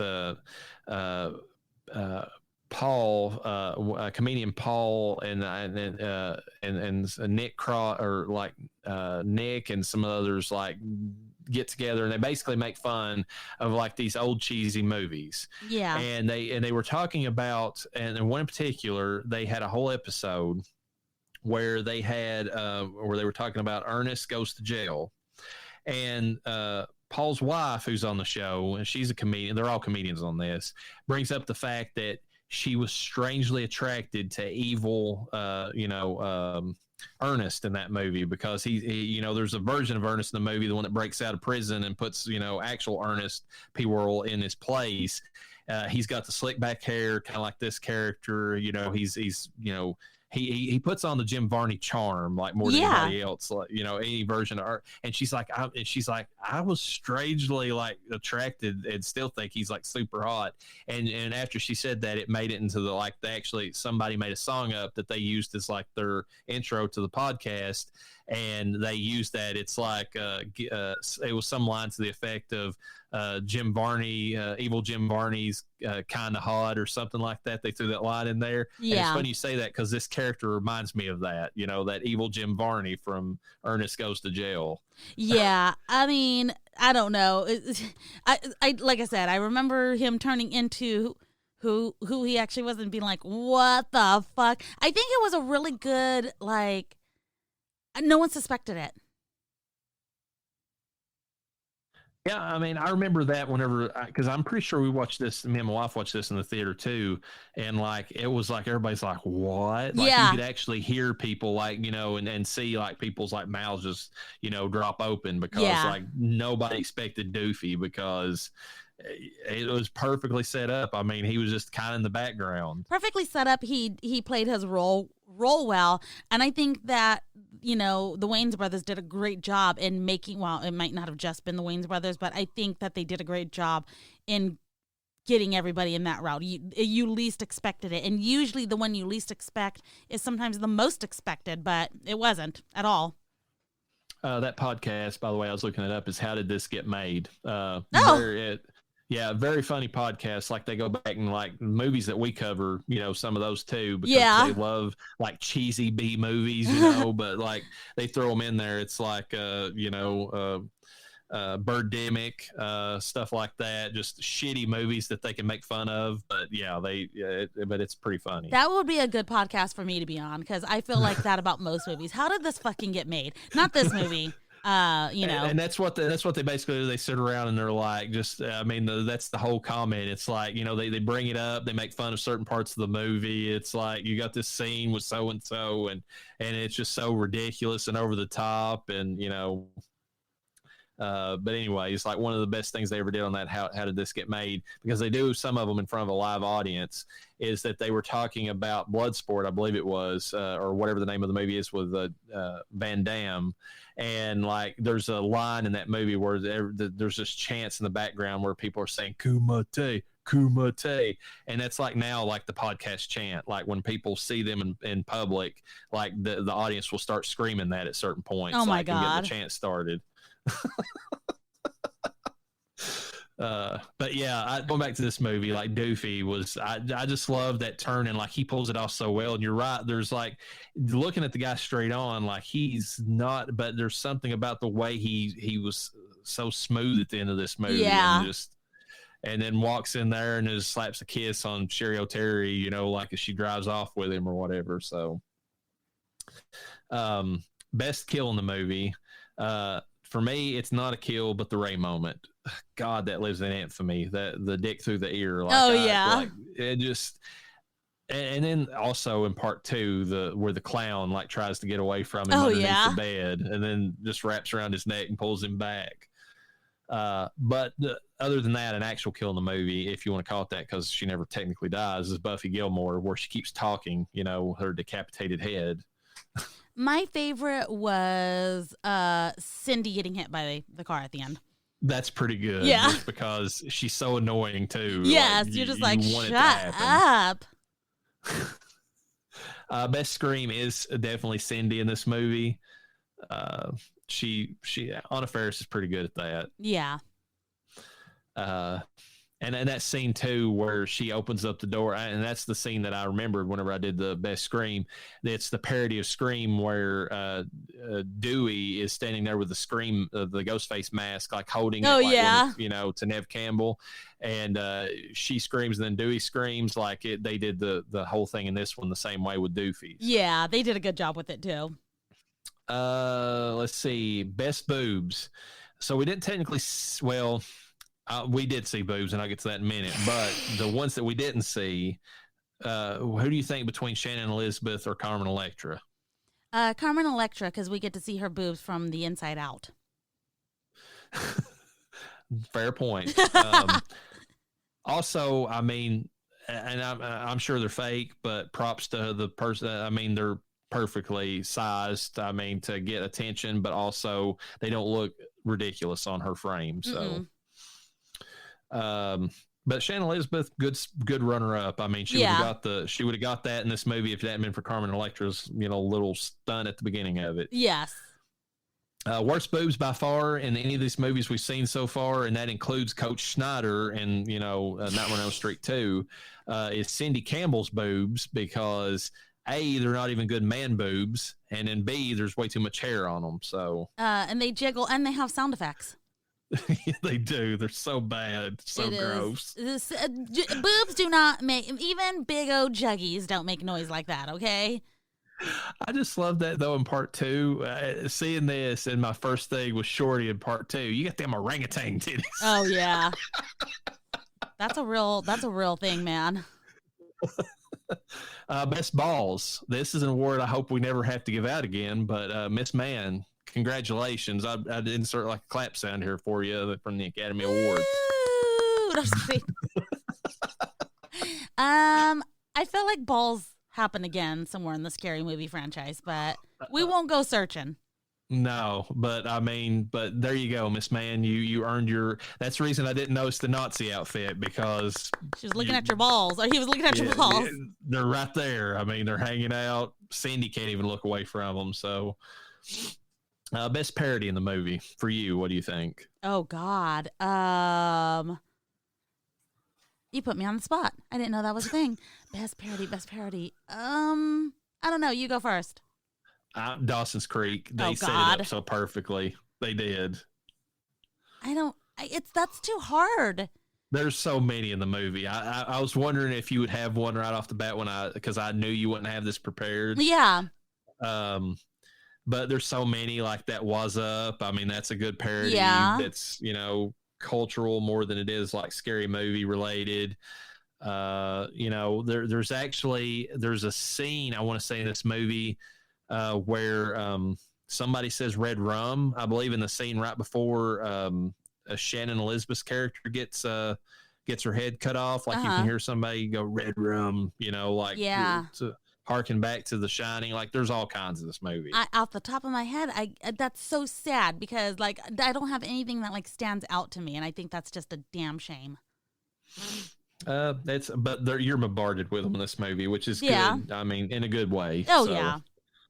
I feel like that turns a negative turn in the other movies that respond from this, like Epic Movie. They get so much parody that they lose any cohesion as a story. I mean, I didn't give this movie credit so much for a story because it's kind of pasting together, but it does at least have it, and part 2 both have like a cohesion where there's a start and an end, and but like you get some of these movies like Not Another Teen Movie, it's literally just references to teen movies. That's all it is. I mean, Varsity Blues being the biggest one, of course, with the guy. It had literal guy from Varsity Blues that gets brained so many times that Billy Bob or Joe Bob or whatever his name is, that gets knocked out. But all those movies just get so many parodies they lose any narrative whatsoever. Yeah.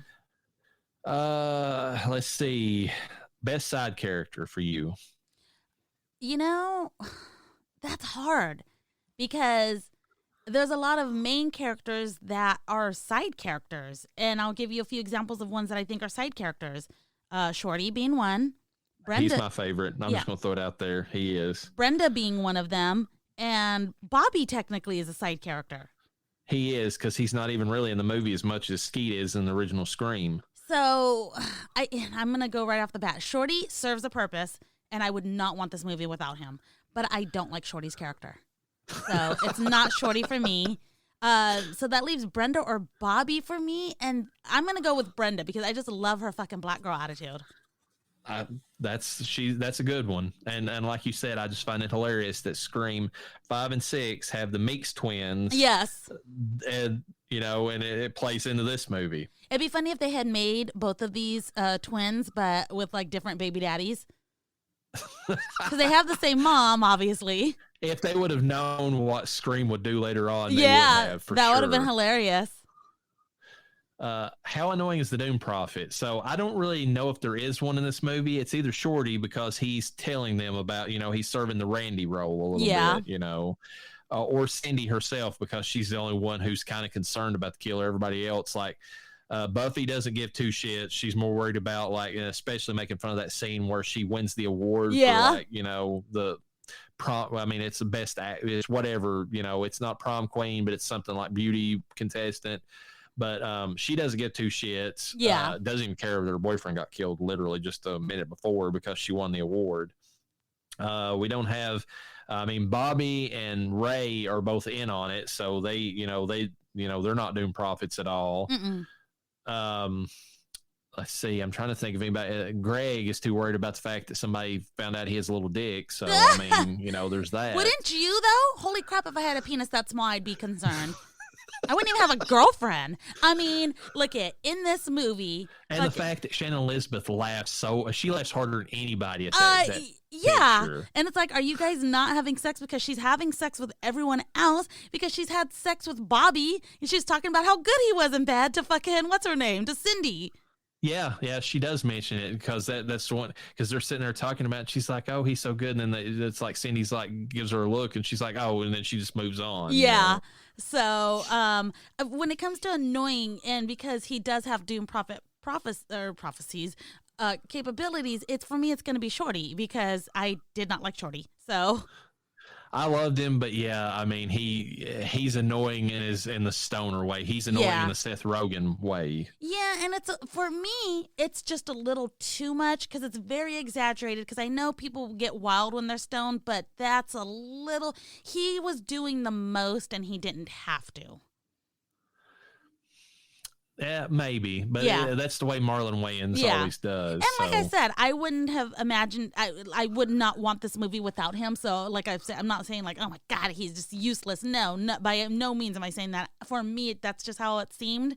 So, but everyone else seemed to love it. So that's my problem. Because he does the same thing in Don't Be a Menace, and he does. I love that character in that movie because that whole scene where he's escalating it with the gang members, like they're like each one of them's pulling out a gun, and then like he pulls out like a Uzi, and then they pull out a rocket launcher, and then he comes out and he's got the mail truck that he's supposed to. I think he stole it at this point in the movie. And he opens it up, and it's got like an intercontinental missile, and he's like, "Do we have a motherfucking problem?" Yeah, I do love that. Dumbest moment. There's real. I mean, this movie's intentionally dumb. So there's like you can't really compare it. I mean, a lot of stuff with Cindy is really dumb. But like I said, it's intentional, so I can't really rate it that way. She does have a few moments where her things are so dumb they actually don't hit or land in terms of comedy. Because I feel like she has too much because she's the main character, I can't give you an example right off the top of my head, but there's a few times where like I felt like it kind of fell flat with her, But then you kind of move past it because there's so much going on in this film in terms of what movie are we talking about now? What scene of said movie are we talking about? What are we adding? You're looking for so much in these films. So and they're hitting you, just every second with like some new reference or something about the characters themselves. Like little innuendo that Ray's giving off about his gayness again. That. So if something doesn't land, don't worry. Something else will, It's not, you're never going to be bored in this movie.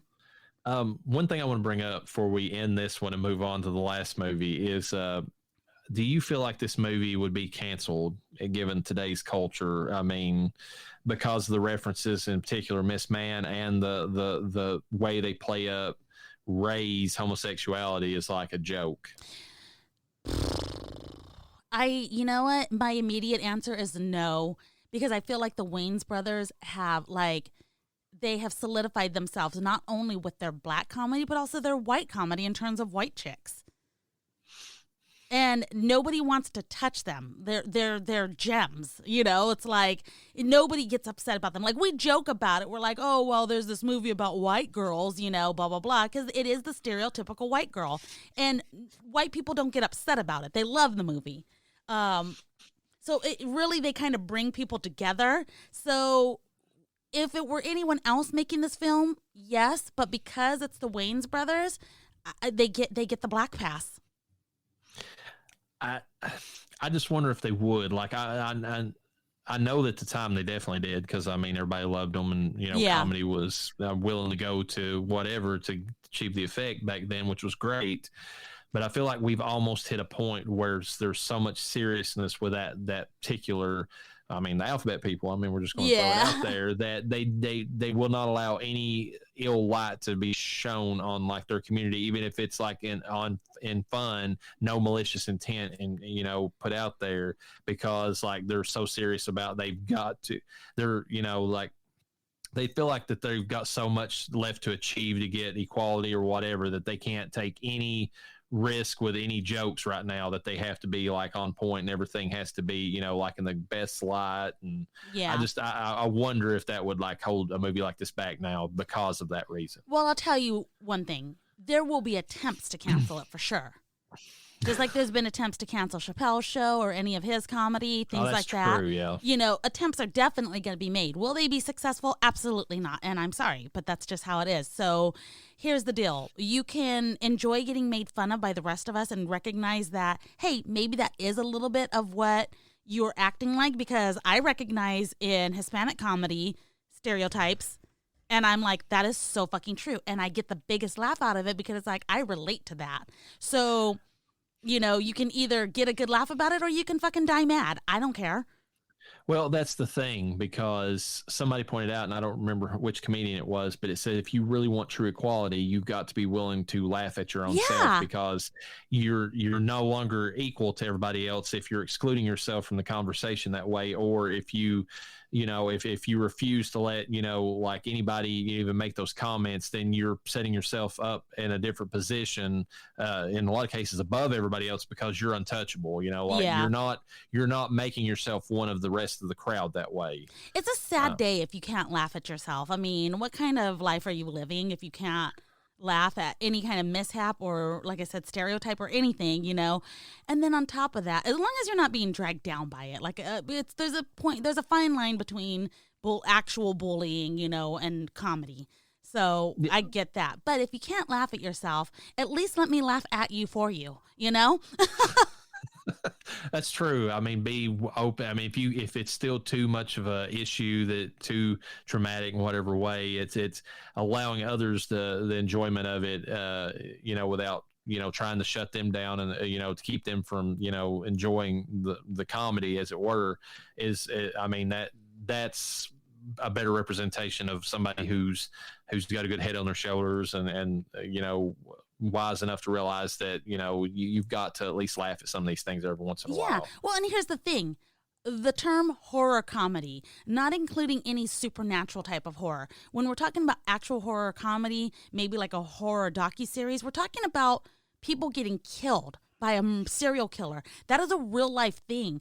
There's victims that might not think that that's funny, and they're not trying to cancel slasher films. Like, that offends me because I actually was slashed before, Maybe they just don't watch it. Maybe it's just not for them because they're like, fuck, that's something I lived and I just don't find it funny. But I don't see them marching out on the streets like, hey, I was almost killed. I don't like this, It brings up an issue that I was going to originally put in the cold open, but I can just discuss here because it kind of fits this actual conversation better, is that there's a new movie coming out. Rue Morgue is behind it. At least they're promoting it. I don't know if they've got like some kind of production side of it. I'm sure they do. Rue Morgue is like a horror magazine from back in the day. Like they've, when magazines stopped really, I think they still make one. They came back out with one years later, but it's also more digital now, but that's a whole other thing. Yeah. But it's called Pound Cake, and it's a new slasher movie that's coming out.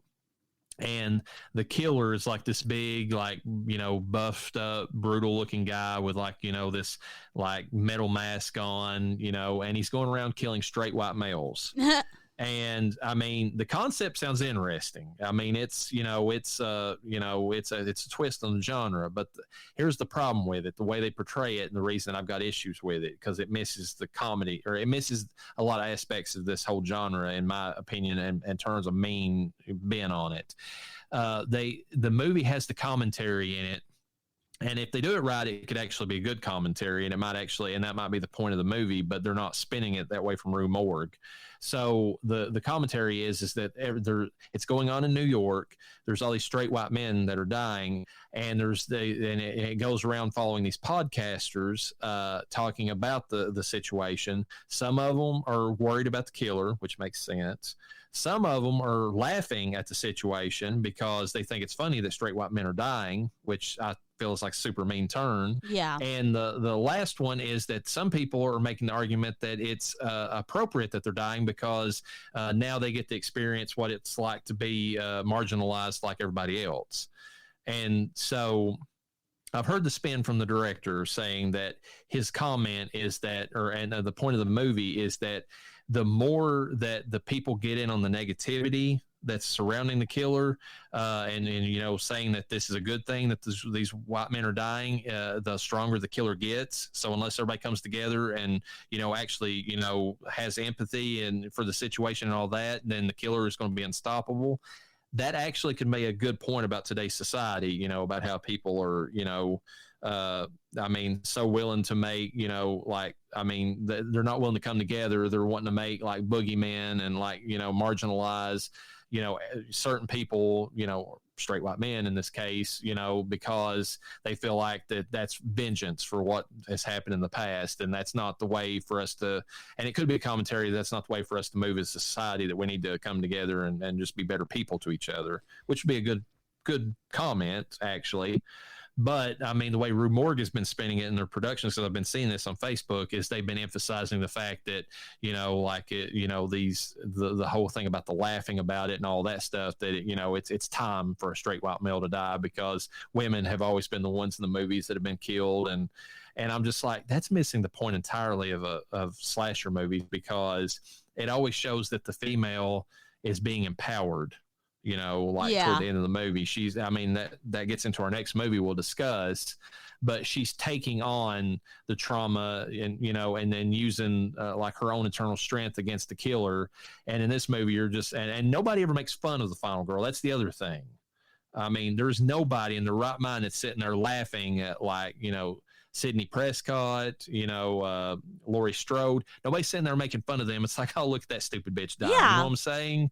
It's like to take the turn and say, oh, it's another white guy dying. He deserved it, fucking piece of shit. Yeah, exactly.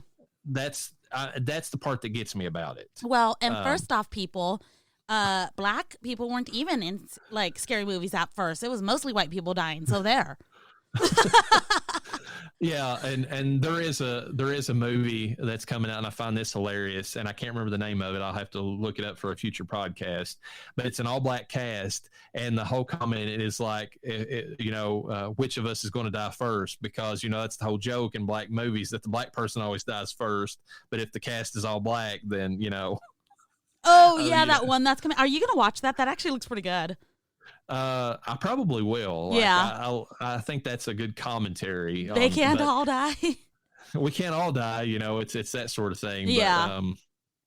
But I just found that whole description of pound cake to be like, if the director doesn't make the overall comment by the end of the movie that the hate is, making the killer stronger and that we should do away with that, which is a good message actually. And it goes along with what Rue Morgue is promoting, and it's more of that division, then I think I don't see the point in that movie existing, to be honest. But yeah, I don't know. I don't know what people are trying to achieve, or I don't know.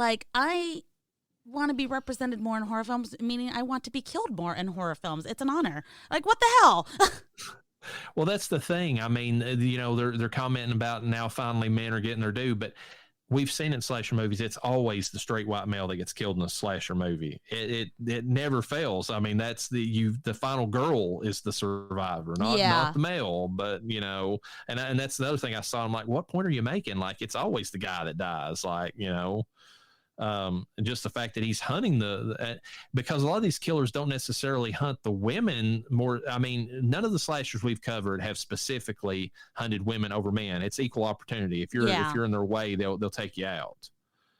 And I just don't understand that point that Rue Morgue is making in particular. It's like, what movies have you been watching? I mean, yes, there are serial killers that were misogynistic, went after women. Okay, fair.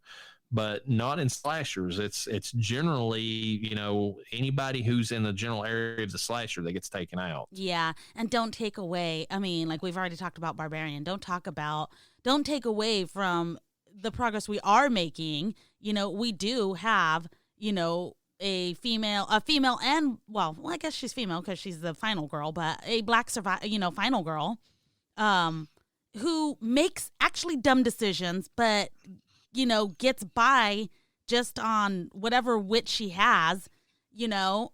And it's like, and that wasn't a film that was made to throw that in your face at all. And we loved the film because nobody went out and been like, well, she had to blah, blah, blah. Like, no set rules were. There weren't any general rules in this film. But she just happened to be, you know, I guess it made sense because of the area that she was going in, you know. The only comment that they make in that movie, which is actually, you know, it's actually toward the other side a little bit, is the fact that they allow her to be vulnerable. They allow her to be vulnerable in the sense that she doesn't make the smartest decisions, because I mean the tendency now is to make the Rays of the world, you know, they're super smart, they can never make mistakes, they're all powerful, they never have to train to earn their powers, you know, or their, you know, or their skills. Like, they went the opposite route. She shouldn't have been there. She should have made the wise decision to skip that B&B whenever it was already preoccupied. Yeah. But, you know, because she was, you know, one of those, I'm not going to let anything, you know, she was too prideful in her own, you know, like, I'm a woman, hear me roar type things that actually got her into trouble in a sense. You know?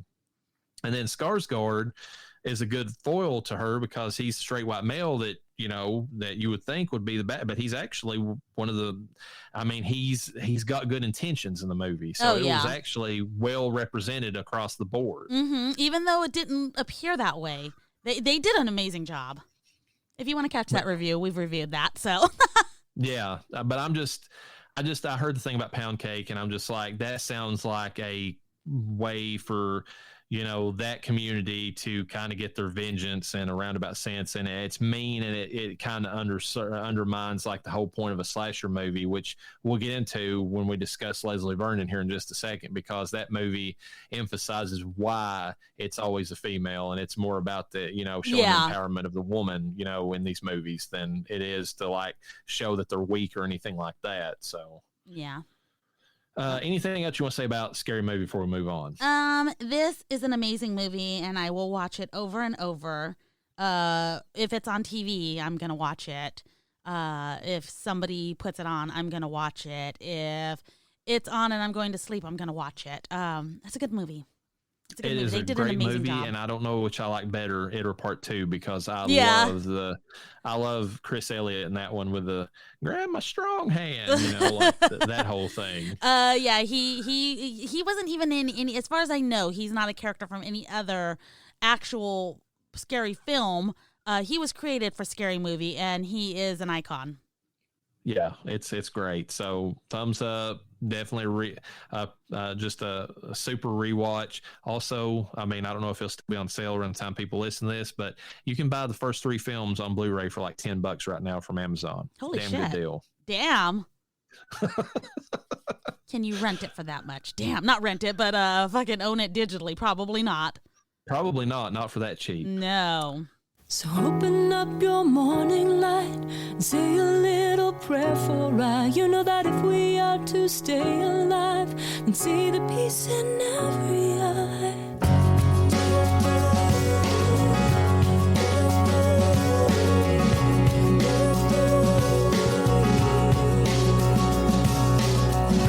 She had 2 babies. One was 6 months, one was 3.